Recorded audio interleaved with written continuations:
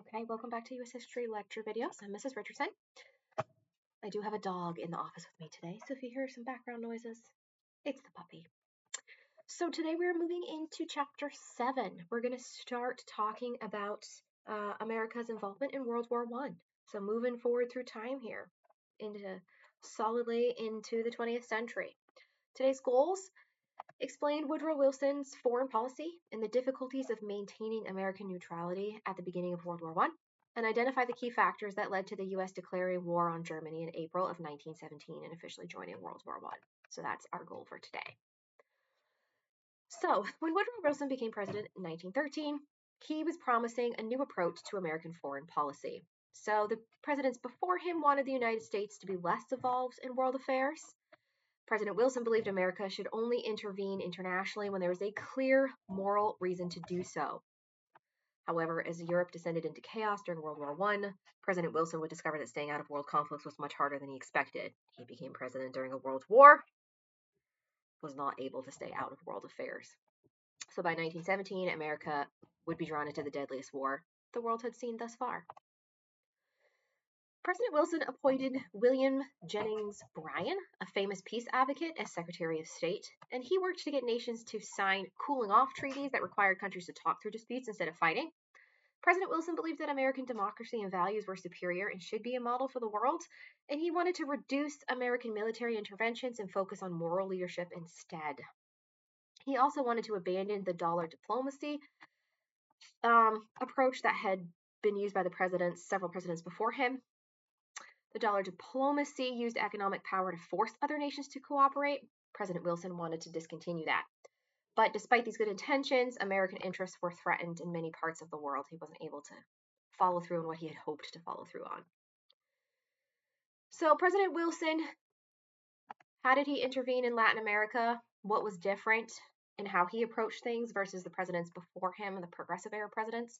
So President Wilson promised not to use the Roosevelt Color, which allowed America to police Latin America whenever it wanted.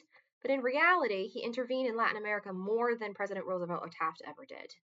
He sent over 300 Marines to Haiti after a revolution killed the president there and threatened American banking interests. And the United States ended up taking control of Haiti's foreign policy and finances. In 1916, he sent Marines to the Dominican Republic to make sure the country paid its debts. In 1917, he sent troops to Cuba to protect American-owned sugar plantations. And so we see this series of interventions that kind of proved that his moral goals in foreign policy were difficult to maintain when American economic interests were at stake. You ready with this? All right. So President Wilson's greatest challenge before World War I involved Mexico. So there was a rebel general in Mexico who seized power just before President Wilson took office, and the president refused to recognize his government and demanded that Mexico hold democratic elections. When Wilson learned that Germany might send weapons to the Mexican leader, he ordered the Navy to land and stop the shipment. In 1914, fighting broke out between American sailors and Mexican troops, killing nearly 150 people. He then switched his support to this really dictator who had seized power, but Mexicans resented American interference in their affairs. After Wilson stopped supporting him, Pancho Villa became angry at the American president and led 1,500 men across the border of New Mexico. They attacked and burned the town of Columbus, killing over 100 people, including 17 Americans. And this was the first foreign military attack on the continental United States since the War of 1812. So President Wilson responded by sending 11,000 troops into Mexico, but they never caught Villa. So we have this tension growing between Mexico and the United States, and we're going to see that reflected when we get to World War I. One of the things that happened is Germany proposes to Mexico that if Mexico helps support Germany to get closer to U.S. territory, that Germany would support Mexico in getting back territory that was American. Okay, so we're going to briefly talk about what started World War I. Okay?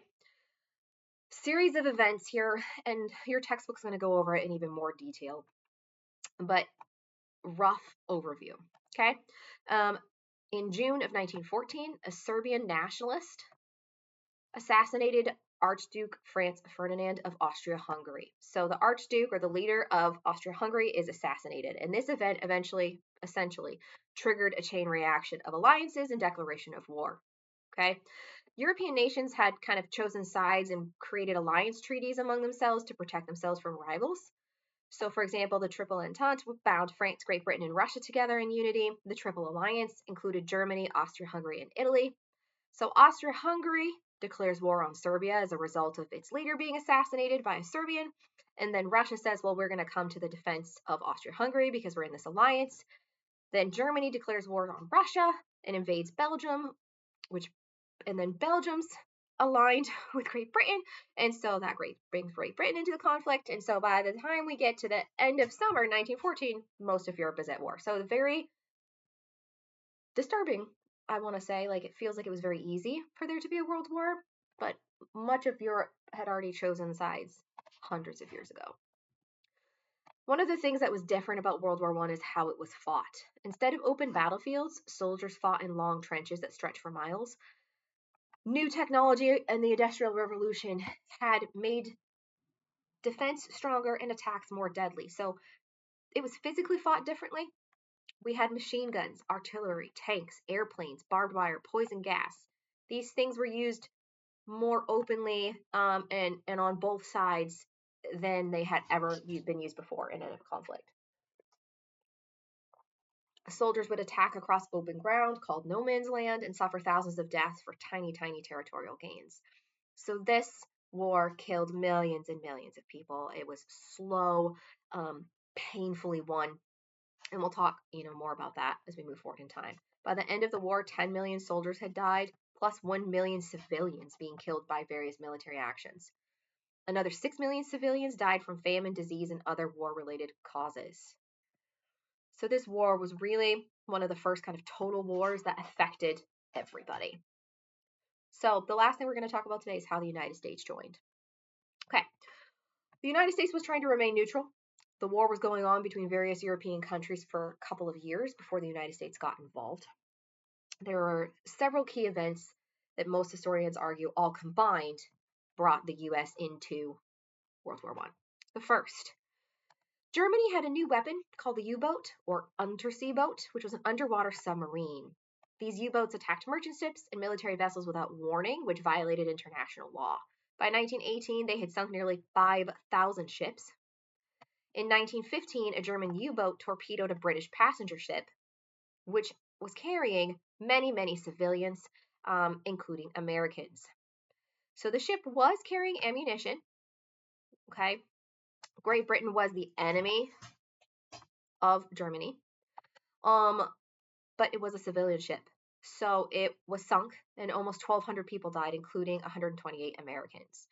This attack shocked the world that civilians were so directly attacked and killed. Many people turned against Germany as a result of this. The president remained committed to neutrality, but this was just the first in a series of events that would have to change his mind. So after that passenger ship sank, the president had a lot of pressure put on him to join the war, but a lot of Americans didn't want to fight in a war that they saw as Europe's.